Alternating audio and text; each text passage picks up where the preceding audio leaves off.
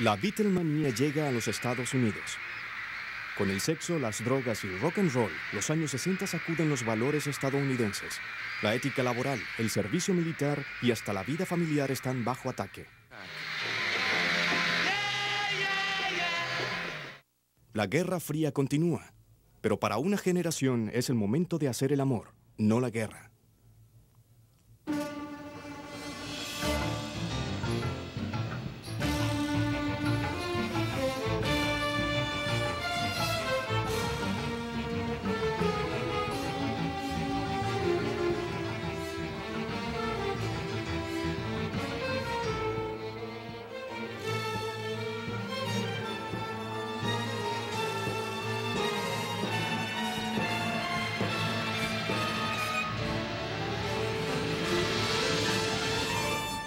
La Guerra Fría. Hagan el amor, no la guerra. Los años 60.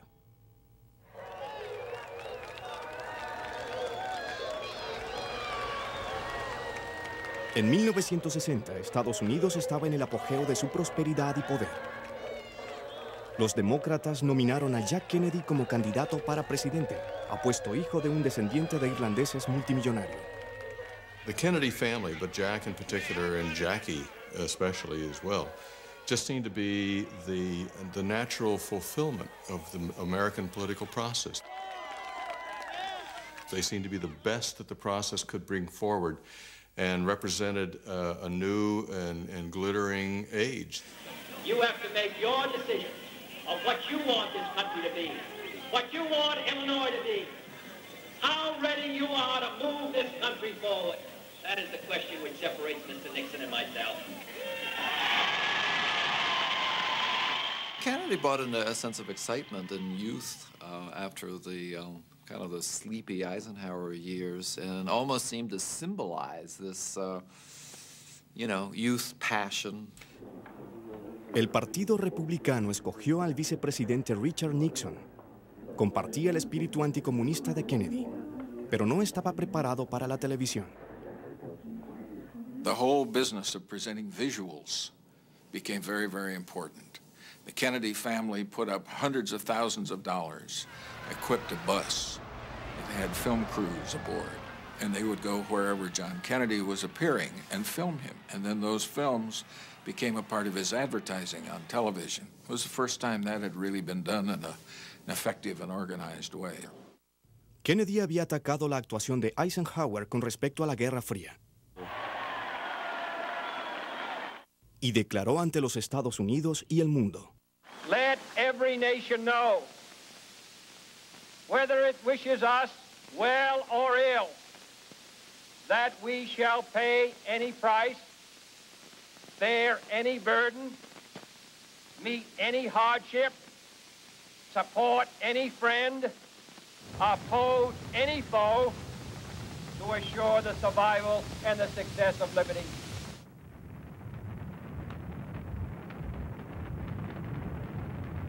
Kennedy aumentó el presupuesto militar. Los contratos de defensa trajeron fuerza y prosperidad sin precedentes al complejo industrial militar. Esto, a su vez, generó más empleos. The Cold War was the noblest of enterprises, and it fit right in with the need for technologists like myself and the need for the government-sponsored programs that were opposing the Soviet advances. Attitudes were interesting at that time because the defense industry and its budgets seemed to be based on the fact that the Russians were 10 feet tall. Most of us were very hawkish about things. This was our life. I mean, our well-being, our sustenance was dependent on the defense industry. Estados Unidos progresaba. El estado de California, donde estaba la mayor parte de la industria aeroespacial, se convirtió en la sexta economía más grande del mundo. The big thing in those days was get into missiles, get into spacecraft, get into satellites. Big things are happening, and they're all happening out in California. Friends of ours were going to California because Hughes, we understand, was building up electronics place, and Disneyland was hiring, and work was bad in Chicago in 56, 57, so we decided to move out here. Roll out those lazy, hazy, crazy days of summer, those days of soda and pretzels and beer. Roll out those lazy, hazy, crazy days of summer. You'll wish that summer could always be here. Roll out those lazy, hazy, crazy days of summer, those days of soda. Los nuevos residentes de la posguerra en California dejaron atrás las ciudades decadentes del este. Encontraron que la vida en los suburbios y el sol eran accesibles e idílicas. We would hang around the sales office until we saw the new plot map go up, and then we picked out the lot that we wanted. And talking with the sales agent, he told us that Sunday morning we're going to open this tract for buyers. And we said, what time are you opening Sunday morning? He told us. We went to church early that day. By 8 o'clock, whenever he opened his doors, we were first in line. And for $200 cash check written, why, we were in the place. We paid $10,999, which you tell somebody back in Chicago on that, and they think it was you were buying a barn, you know. And it was nice. It was 3 bedrooms, 1 bath, and we increased. We had to we put a block wall fence. We put a patio out there, and we put in the corner of our backyard, we put like the desert. We put a little cactus and stuff so we remind we're living in California.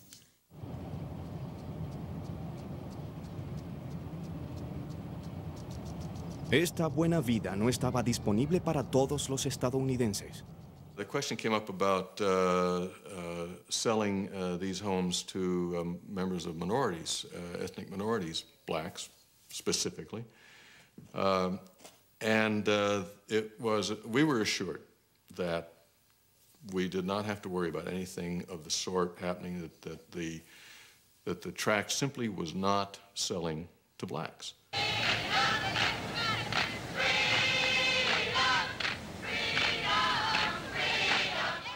La Constitución y la Declaración de Derechos no habían eliminado los prejuicios que existían en la sociedad estadounidense.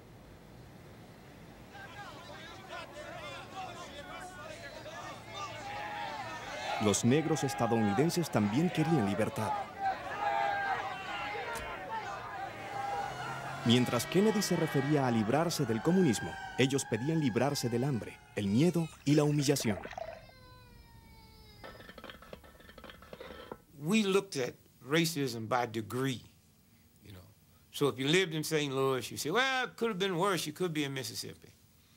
You know, if you lived in Mississippi, you say, well, we lucky they didn't kill us all.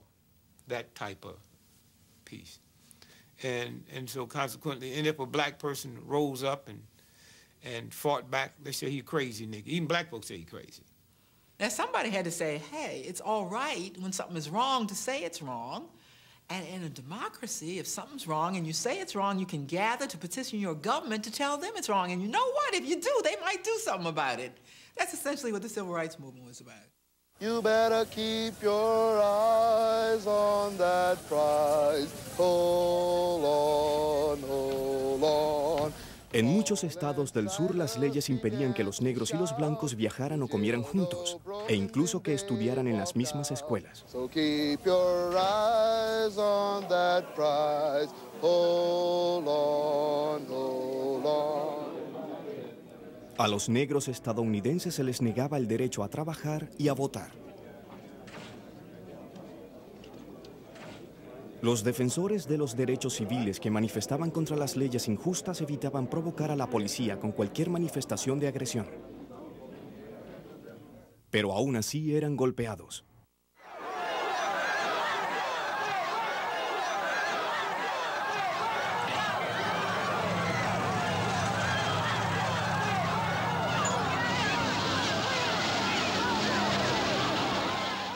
No era novedad ver a blancos armados contra negros sin armas, solo que ahora la televisión observaba. La discriminación contra los negros dañó la credibilidad estadounidense como campeones de la libertad en la Guerra Fría. Kennedy estaba siendo presionado por su hermano, el procurador general Bobby Kennedy, para que apoyara el movimiento de los derechos civiles. Consciente de que necesitaba el voto de los blancos en el sur, Kennedy tuvo dificultades para comprometerse.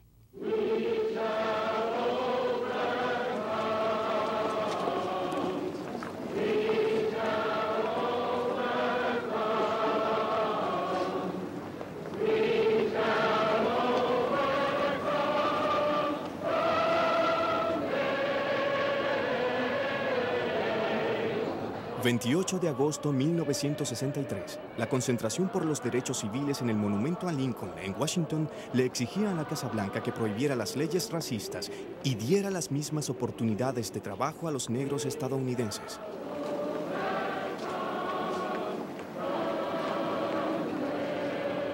Se acercaron 250,000 personas para escuchar a un ministro bautista sureño de 34 años. Let freedom ring, and if America is to be a great nation, this must become true. And so let freedom ring. When we let it ring from every village and every hamlet, from every state and every city, we will be able to speed up that day when all of God's children, black men and white men, Jews and Gentiles, Protestants and Catholics, will be able to join hands and sing in the words of the old Negro spiritual, free at last, thank God Almighty, we are free at last. I never heard King say one thing when that camera was on about white folks, and another thing when it was off. He never called them honkies. He never called them rednecks. He always had the same love. Now, I'm talking about when just he and I in a room talking. I'm cussing and calling him everything I can think of and blah, blah, blah. And he never left that spirit of love. Governor, thank you very much. And don't get hurt yourself. Don't get run over, see? Thank you very much, Governor. George Wallace, el gobernador demócrata de Alabama, vio el creciente movimiento de los derechos civiles como parte de una conspiración comunista.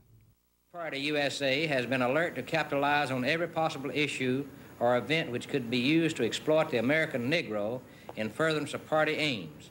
In its efforts to influence the American Negro, the party attempts to infiltrate the legitimate Negro organizations for the purpose of stirring up racial prejudices and hatred. In this way, the party strikes a blow at our democratic form of government by attempting to influence public opinion throughout the world against the United States. En nombre de la seguridad nacional, el procurador general Robert Kennedy autorizó al FBI para intervenir los teléfonos de Martin Luther King y sus colegas. J. Edgar Hoover, jefe del FBI, estaba convencido de que el movimiento de derechos civiles estaba infiltrado por comunistas. Hoover hated King. Hoover is close enough to the South to be in the Southern culture. And in that society, there was a real sense of belief, a religious belief, a political belief that there was no such thing as equality between blacks and whites. Hoover had coverage by agents listening to the wiretap 24 hours a day. We had scuttlebutt and rumor and about his personal life. We didn't have facts to show that King was a communist. Como propaganda para las elecciones de 1964, el presidente Kennedy llevó a su esposa en la visita ceremonial a Dallas. Allí encontró la muerte.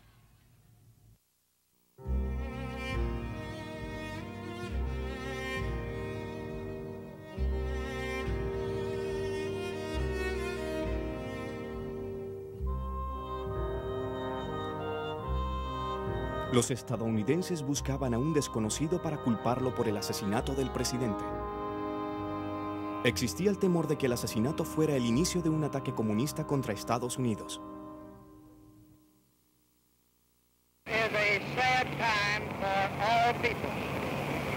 We have suffered a loss that cannot be weighed.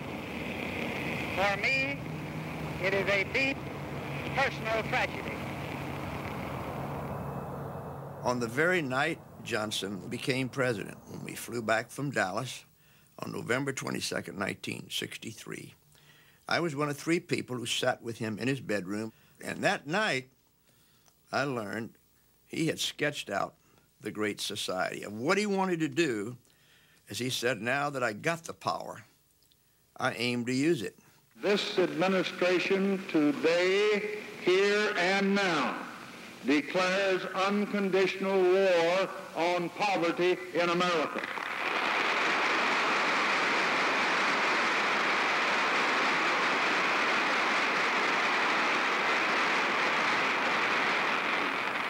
And I urge this Congress and all Americans to join with me in that effort.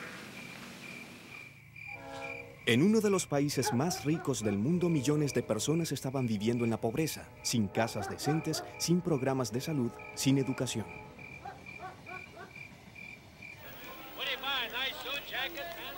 Entre los negros, el desempleo era 9 veces mayor que entre los blancos. El punto central en la visión de Johnson sobre la gran sociedad era la abolición de la discriminación racial. En julio de 1964, Johnson firmó la Ley de los Derechos Civiles. He uses nearly 100 pens to affix his signature and date. Souvenirs go to Republican leader Everett Dirksen and Democratic whip Hubert Humphrey. The president seems to have mastered the art of just touching each pen to the paper.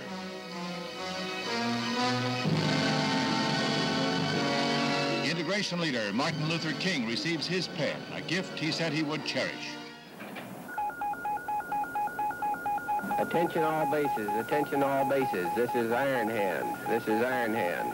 This is a SAC alert. Entre tanto, continuó la preparación militar para la Guerra Fría. Estados Unidos permaneció muy alerta ante un ataque nuclear soviético. Se preparaba para contraatacar a una escala inimaginable.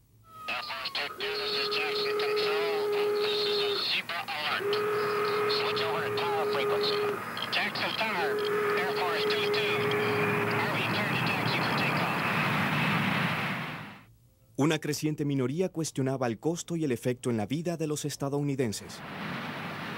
They had the pride of billions and billions and billions and trillions of dollars of investment, trillions of dollars of war materials, secrecy, perquisites, pride, an incredible conspiracy of silence surrounding what was supposed to be a democratic nation. La industria de defensa era una empresa generosa. El Pentágono presentó la maquinaria militar como la defensora del sueño estadounidense. The day begins and gives new meaning to the words of Walt Whitman. Everything comes out of the people, everyday people. The people as you find them, and leave them. People. People. Just people. Life in this neighborhood was very, very good indeed. We all had jobs. We knew we were going to keep them. We all owned our homes. We were all white, middle class, approaching middle age. The children were very much the same size and shape. 4th of July, all the moms made their potato salads and their cold cuts. It was all out there in the middle of the cul-de-sac on picnic tables. We blocked off the end of the cul-de-sac. There was no traffic. The kids would play, and they'd have their streamers and their tricycles, you know, all decorated, and we would have a fine, fine time on the 4th of July.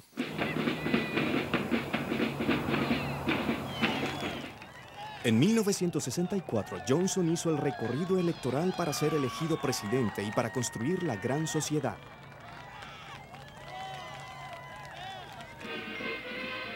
Su adversario republicano era el senador Barry Goldwater de Arizona, quien había votado en contra de la ley de los derechos civiles.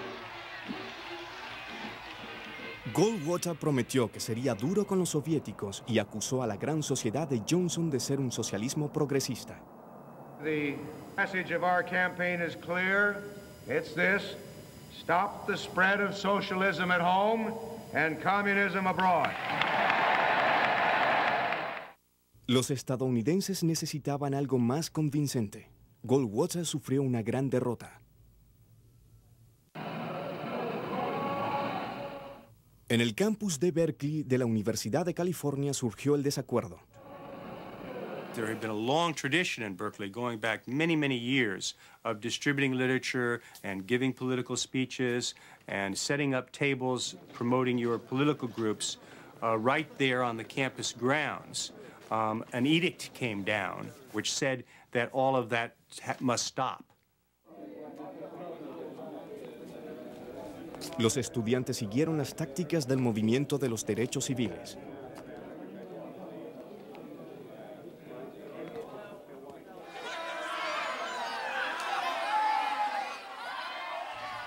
En las confrontaciones con los estudiantes, la policía era cada vez más agresiva.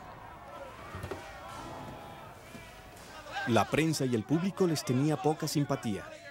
Some of the press said that 49% of us were communists, and so you saw people wearing buttons saying, I'm part of the 49%, which was a big deal. You see, this is a very important turning point because I was terrified of being called a communist. Absolutely terrified. I was going to be a public school teacher. This could end my career. To put that button on, to sing songs that we made up, like there are 5,000 students in the plaza. The microphone's loud, it's drawing a crowd. I'm sure that the rules say it's just not allowed. But to sing that, it would stick in my throat because it was terrifying to be thought of as a communist.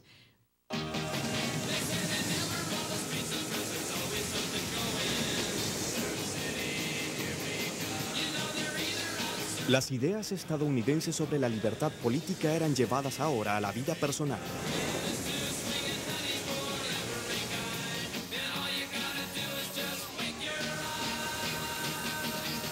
La búsqueda de la felicidad parecía incompleta sin el ejercicio de la libertad sexual. El sistema de libre empresa premiaba generosamente la hábil comercialización de la fantasía sexual. Good evening. My name is Vera, and I'm going to be your bunny tonight. Philosophy that I've always, that I grew up with and that I espoused in the editorial series was really personal freedom, political freedom, economic freedom, with the emphasis on the personal. The notion that we indeed did and do own our own minds and bodies, and that anything from church or state that limits that is inappropriate and inconsistent with the pluralistic society that America is supposed to be. People were saying that there was nothing automatically wrong about having sex before marriage. The birth control pill was available to students at the Student Health Service, and most of the women I know were availing themselves of it. We agreed with the men that premarital sex was not an evil thing for which you would die in eternal damnation. On the other hand, there were an awful lot of love 'em and leave 'em guys. So what exactly were the rules of this game? This was a tough time for women. Los hombres estadounidenses seguían marchándose a la guerra. En marzo de 1965, el presidente Johnson comenzó a enviar las tropas terrestres a Vietnam. Inside the Army base at Oakland, California, a scene reminiscent of the recent past. The years of the Korean and World War II campaigns is reenacted by yet another generation of young Americans. I looked on Vietnam initially as the country is potentially at risk. Here's another opportunity to demonstrate strength to the communist world, as it were. Our skills, scientific, technical, manufacturing, whatever it might be. What a wonderful opportunity.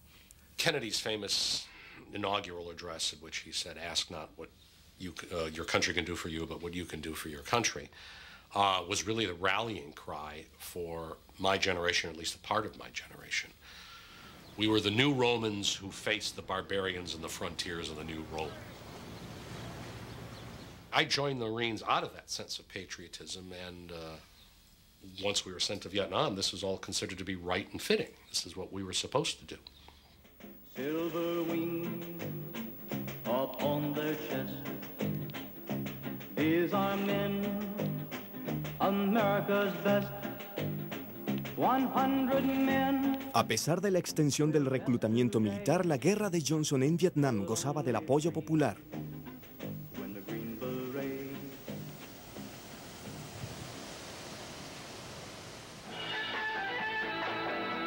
Mientras algunos jóvenes estadounidenses partían a la guerra de Vietnam, otros buscaban emociones de otro tipo. Rechazaban el materialismo estadounidense no por el comunismo, sino por el amor, la paz y el rock and roll.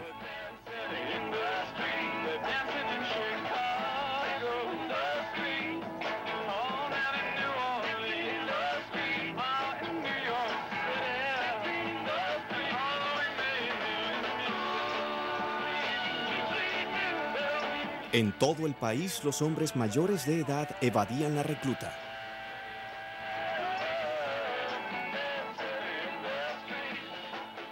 It was fun to make people say, "Oh, look at the freaks," or "Isn't a girl or a boy?" or things like that. Unless it was someplace where people were really hostile and wanted to beat you up, it was kind of fun. I to this day think that it's young people's job to horrify older people. I think first reaction of most of us who were veterans that were working hard and trying to raise a family, suddenly confronted with a generation that seemed not to give a damn. They wore beads and earrings, and they smoked marijuana, which was a thing to do, and they spoke a different language.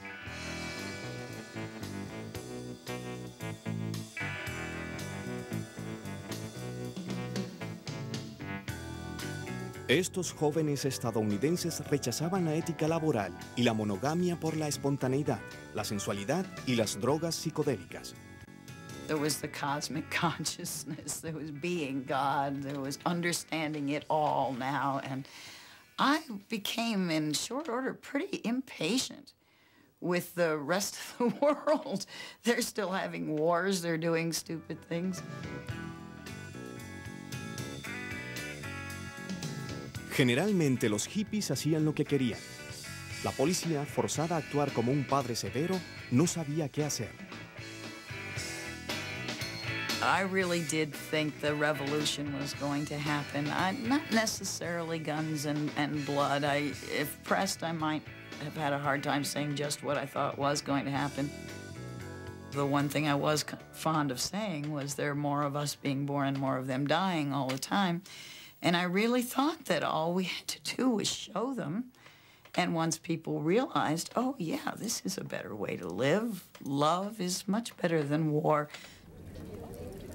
La mayor parte de los estadounidenses despreciaba la contracultura de la juventud. La estrella de Hollywood, Ronald Reagan, quería convertirse en el gobernador republicano de California. Feels very good. Reagan instó un esfuerzo masivo para ganar la guerra de Vietnam. I have always felt that we should be making an all-out effort to win. Does that imply you don't think the government is?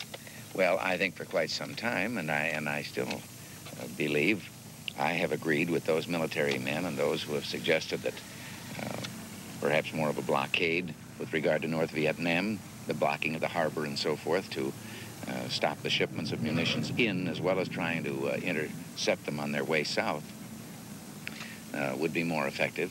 More bombing? Yes. Pero asimismo aumentaban las protestas contra la guerra. Se realizaban marchas y quemaban las tarjetas militares. Estos ciudadanos sostenían que la guerra era inmoral e injusta.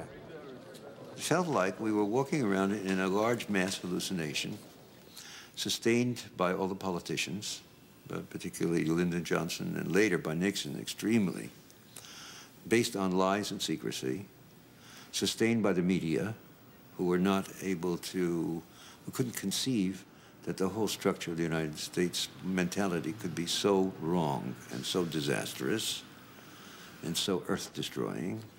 I had the opportunity to travel to Vietnam and see firsthand some of the things that were going on, and I studied and read quite a bit about it. I became quite convinced that there just was no basis to be there, and that in time that we could bring the whole country, you know, to that point of view.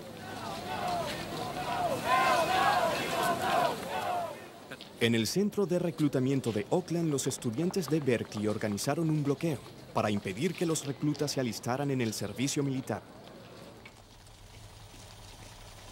El ejército tuvo que transportar a los reclutas en autobuses rodeados por un cordón masivo de policías.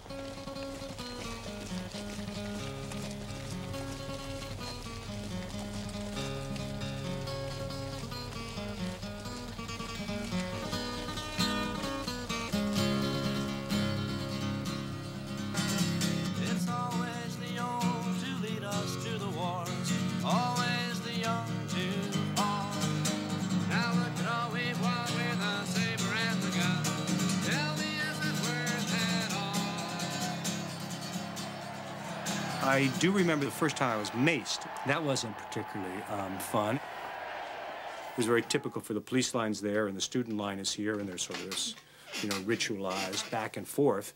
Well, we're going through this ritualized back and forth, and this guy takes out this can and sprays it in your face, and you're blinded. You know, you feel blinded. You're temporarily blinded, and you don't know what the hell is. And of course, it never happened before, so if you're temporarily blinded, you don't know. It doesn't come with the word temporary in front of it. You don't know what the hell's happened. Call it peace or call it treason, call it love or call it reason, but I ain't marching anymore. I ain't marching anymore.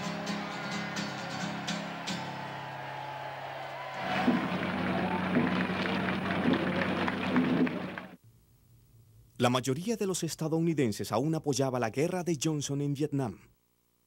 Los que protestaban contra la guerra eran vistos como traidores. 99% of the people in this country are terrific Americans and disagree entirely with flag burnings, carrying enemy colors, giving medical supplies to the enemy, etc. Muchos no podían entender por qué Johnson no disponía del poder de ataque de Estados Unidos para terminar la guerra. Pero Johnson no quería generar un conflicto mayor. Johnson's sole motivation was to try, as we say in Texas, to haul ass out of that war. Get out of there. He didn't know how to do it. He could not just unilaterally retreat and take the soldiers out. Then every right-wing enemy would have said, you coward, you poltroon, you disgrace the American nation, and you in a sense spat on its flag because you put your tail between your legs and you ran. La guerra de Johnson era interminable. A finales de 1967 había 500,000 de soldados estadounidenses en Vietnam.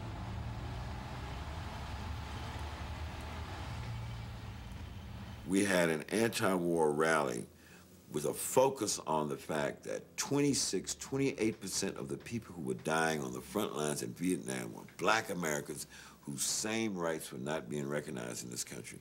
And the whole focus was down with the war, and black people do not serve in the military. Millones se dieron cuenta cuando el campeón de los pesos pesados, Muhammad Ali, desafió al reclutamiento. Declaró su lealtad a una causa no estadounidense, el Islam. Shortly put, are the black Muslims taking you for a ride? I said not black Muslims, Muslims. I beg your pardon, are the Muslims taking you for a ride? No, the white people have been taking us for a ride for the past 400 years in America. En el barrio negro de Oakland, California, los activistas se entrenaban como paramilitares en lo que consideraban como una guerra civil contra la policía racista. Liderados por Huey Newton, se hacían llamar las Panteras Negras. Mientras los pacifistas ofrecían flores, las panteras encañonaban sus armas. We took our guns with us to let the police know that we have an equalizer, and we're going to exercise, as Huey used to say, this constitutional right to observe you whether you like it or not. That's what Huey says, right on, Huey. That's what we're doing. But the police at one point says, you have no right to observe me. Huey says, no, California State Supreme Court ruling states that every citizen has the right to stand and observe a police officer carrying out his duty as long as they stand a reasonable distance away. A reasonable distance, that particular ruling was constituted as 8 to 10 feet. I'm standing approximately 20 feet from you, and I'll observe you whether you like it or not. Now, you have to imagine 30 or 40 black folks standing by listening to this stuff. And some woman say, well, go ahead on and tell it, brother. I mean, that's capturing the imagination, the feelings, the emotion. Some other blacks say, man, he scratches his head, what kind of Negroes is these? Ahora los barrios de negros en Estados Unidos eran zonas de guerra. En el verano de 1967 hubo disturbios en Newark y Detroit. En Detroit, la policía pasó un presupuesto bélico de $9 millones para comprar equipo militar. Para demasiados estadounidenses, la gran sociedad de Johnson era una farsa.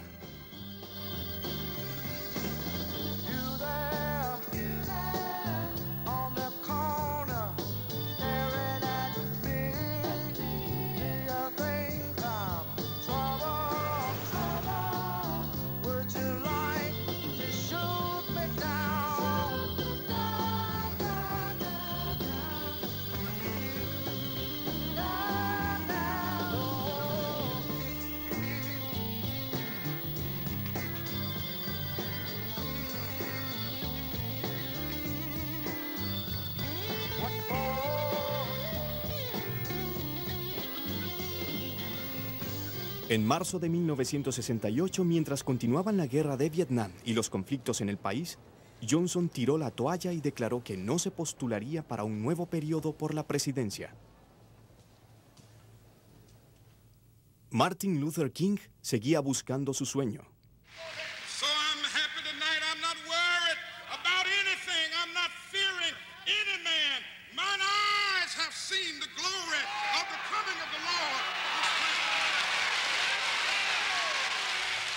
La noche siguiente, Martin Luther King fue asesinado por un pistolero blanco.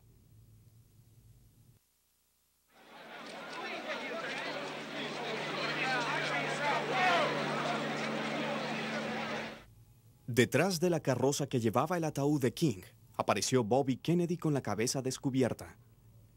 Estaba afligido y en campaña para convertirse en el próximo candidato presidencial demócrata. The country wants to move in a different direction. We want to deal with our own problems within our own country, and we want peace in Vietnam. Bobby Kennedy ganó las primarias de California. Su rival, el compañero demócrata Eugene McCarthy, también era pacifista. Los seguidores de McCarthy vieron por la televisión cómo otro Kennedy moría por una bala asesina.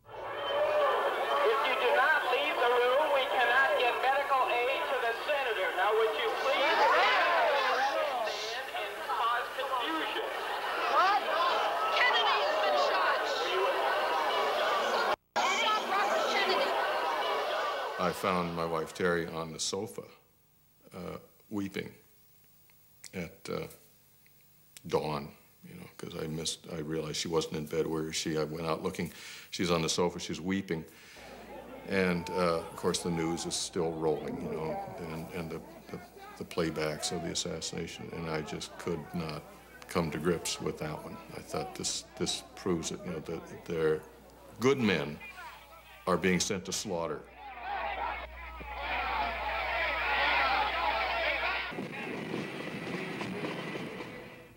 Agosto 1968. Los delegados del Partido Demócrata llegan a la Convención de Chicago para escoger el próximo candidato para las elecciones presidenciales de noviembre. El tema principal sería la guerra de Vietnam. El vicepresidente Hubert Humphrey estaba seguro de que ganaría la nominación. Apoyaba el sueño de la gran sociedad de Johnson y en público la guerra de Vietnam.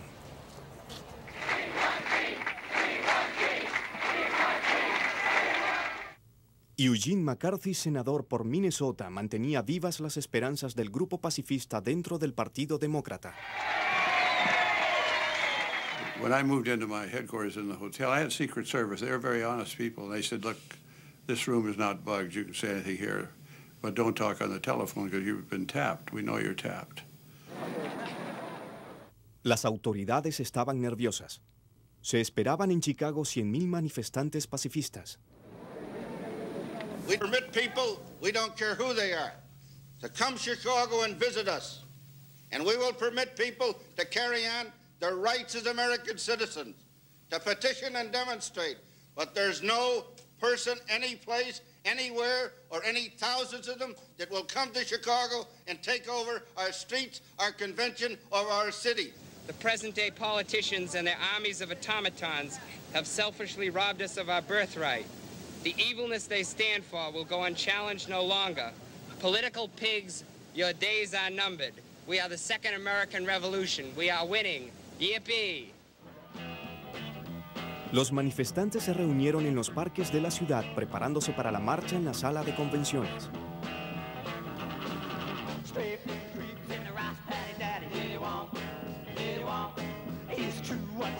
El alcalde Daley no tenía intenciones de dejarlos marchar y los quería fuera de los parques.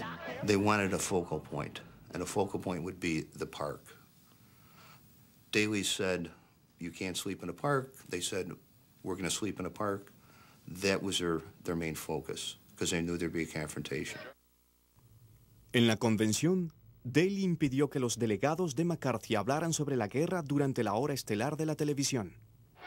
Pretty upset because They're here as guests of the Democratic Party and let them conduct themselves accordingly or clear the gallery. Will the convention be, will the sergeant at arms enforce order in the convention? El día en que el Partido Demócrata tenía que nominar su candidato presidencial, los manifestantes pacifistas se enfrentaron a la policía.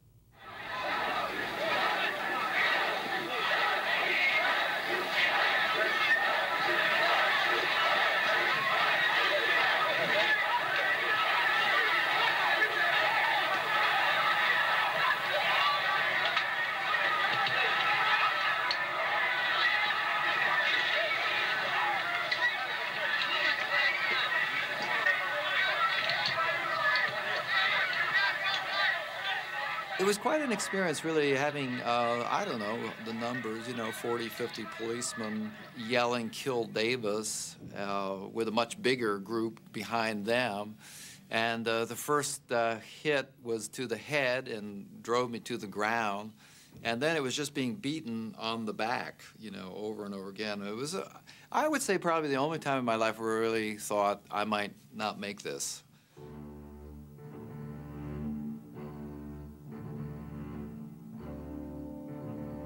A medida que la convención demócrata apoyaba a Humphrey, los pacifistas realizaron un último intento para manifestar en la sala.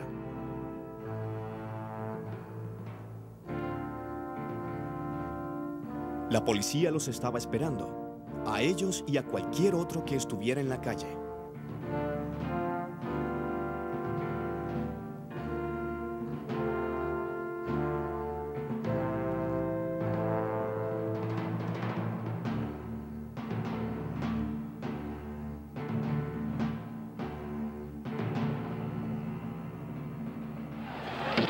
The majority of people supported the Chicago Police and Convention. I think there was a poll afterwards with about 78% of the people in the U.S. supported the Chicago Police.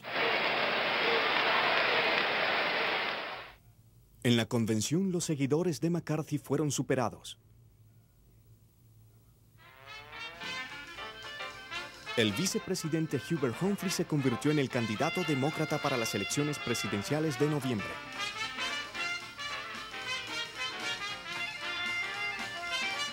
Se enfrentaría a un oponente del Partido Republicano duro y veterano. When the strongest nation in the world can be tied down for 4 years in a war in Vietnam with no end in sight, when the richest nation in the world can't manage its own economy, when the nation with the greatest tradition of the rule of law is plagued by unprecedented lawlessness, when a nation has been known for a century for equality of opportunity is torn by unprecedented racial violence, and when the President of the United States cannot travel abroad or to any major city at home without fear of a hostile demonstration, then it's time for new leadership for the United States of America. He was saying, I'm tougher, I'm smarter, I understand the world better. My opponents are divided. They've been taken over by the fringe elements of the Democratic Party, and a bunch of loonies are in charge. We're stable. We have a sense of direction. You know where we stand on things. You can confide in us. And we won't let the Russians or the Chinese push us around.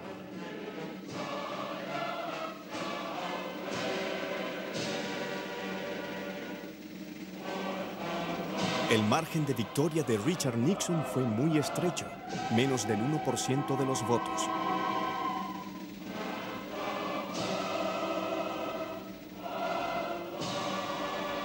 La Guerra Fría y la Guerra de Vietnam continuarían.